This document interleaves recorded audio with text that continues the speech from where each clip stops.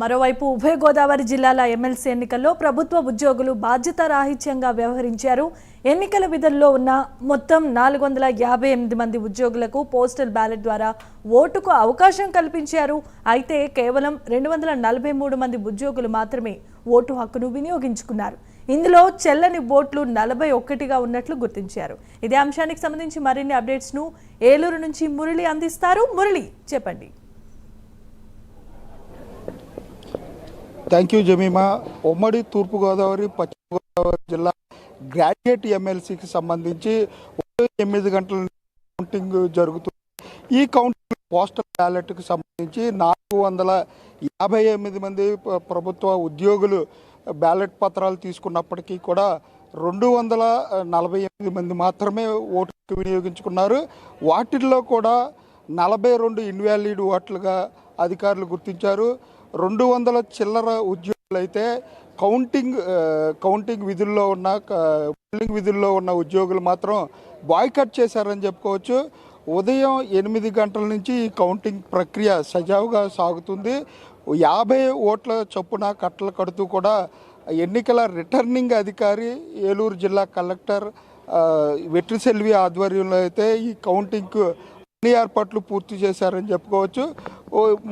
ఇది కట్టలు కట్టే ప్రక్రియ సాయంత్రం 4 గంటల వరకు కూడా జరిగే అవకాశం ఉంది. తరువాత మొదటి ప్రాధాన్యత ఓట్లతో అంటే సుమారు 2 లక్షల చిల్లర ఓట్లు పోలైన నేపథ్యంలో 1,00,000 ఓట్లు చిల్లర అభ్యర్థికి వస్తే మాత్రం మొదటి ప్రాధాన్యత ఓటుతో అయితే అభ్యర్థిని ప్రకటిస్తారు, గెలిచిన అభ్యర్థిని ప్రకటిస్తారు. లేదంటే రెండో ప్రాధాన్యత ఓటుతో అయితే మామూలుగా ఎన్నిక ప్రక్రియ ఆలస్యమయ్యే అవకాశం ఉంది. దీనికి సంబంధించి మనతో మాట్లాడడానికి క్యాండిడేట్స్ ఉన్నారు. చెప్పండి, మీరు కౌంటింగ్లోకి వెళ్ళారు, లోపల కౌంటింగ్ ఎలా ఉంది? నమస్కారం అండి. నేను పార్టీ అధికార ప్రతినిధి ఇండిపెండెంట్ అభ్యర్థిగా కాళ్ళూరు కృష్ణమోహన్ అని నేను పోటీ చేస్తున్నాను.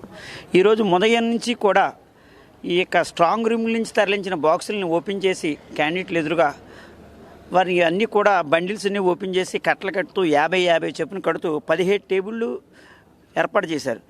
28 టేబుళ్ళు ఏర్పాటు చేశారు. 17 రౌండ్లో కట్టలు కడతారు. అలా ప్రారంభించిన ప్రక్రియ మొదటి భాగం 200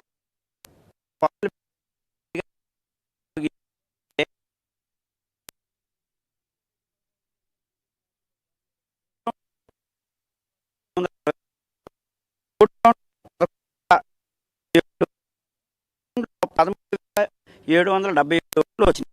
అంటే ఇంచుమించు ఓట్ల దాకా కూడా 15 అవ్వచ్చండి. మొదటి ఫలితాలు సెపరేట్ చేసి 2,18,000లో 2,09,000 కన్నా ఎక్కువ రావాలి. అంటే 50% కన్నా ఎక్కువ వచ్చిన వాళ్ళు అభ్యర్థిని మన విజేతగా డైరెక్ట్ గా ప్రకటిస్తారు. కానీ అటువంటి పరిస్థితి అయితే ఈ రోజున కనబడట్లేదు. ఎందుకంటే చాలా సంక్లిష్టంగా ఉంది. కాబట్టి రెండో ప్రాధాన్యత ఓటుకు ఇవ్వాలంటే కనుక రేపు ఉదయానికి కానీ ఫలితం కొంతవరకు కొలిక్కి వచ్చే అవకాశం లేదండి. అలాగే ప్రభుత్వ ఉద్యోగస్తులు 458 మంది పోస్టల్ బ్యాలెట్ అప్లై చేసి 243 మంది మాత్రమే ఉపయోగించుకుని మిగతా వారు దీన్ని దుర్వినియోగం చేశారండి. ఈ దుర్వినియోగం చేయడం అంటే నిజంగా బాధ్యతగా వాళ్ళ ఉద్యోగస్తులు అయ్యింది పోస్టల్ బ్యాలెట్ అప్లై చేసి ప్రభుత్వాన్ని యొక్క విధుల్లో ఉంటూ ఇంత నిర్లక్ష్యంగా ప్రవర్తించడం అనేది ఒక హేయమైన చర్య. ప్రభుత్వ ఉద్యోగస్తులు కూడా ఎన్నికల కమిషన్ లోబడి పనిచేస్తున్నారు. కాబట్టి ఎన్నికల కమిషన్ వీరి మీద తక్షణ చర్యలు తీసుకోవాలని కోరుతున్నాను. అలాగే ఈ పోలింగ్ అంటే ఉదయం 8 గంటల నుంచి 3 షిఫ్ట్లలో ఈ కౌంటింగ్ ప్రక్రియ జరగడానికైతే పోలీసులు 700 మంది సిబ్బందితో అయితే అన్ని ఏర్పాట్లు పూర్తి చేశారు.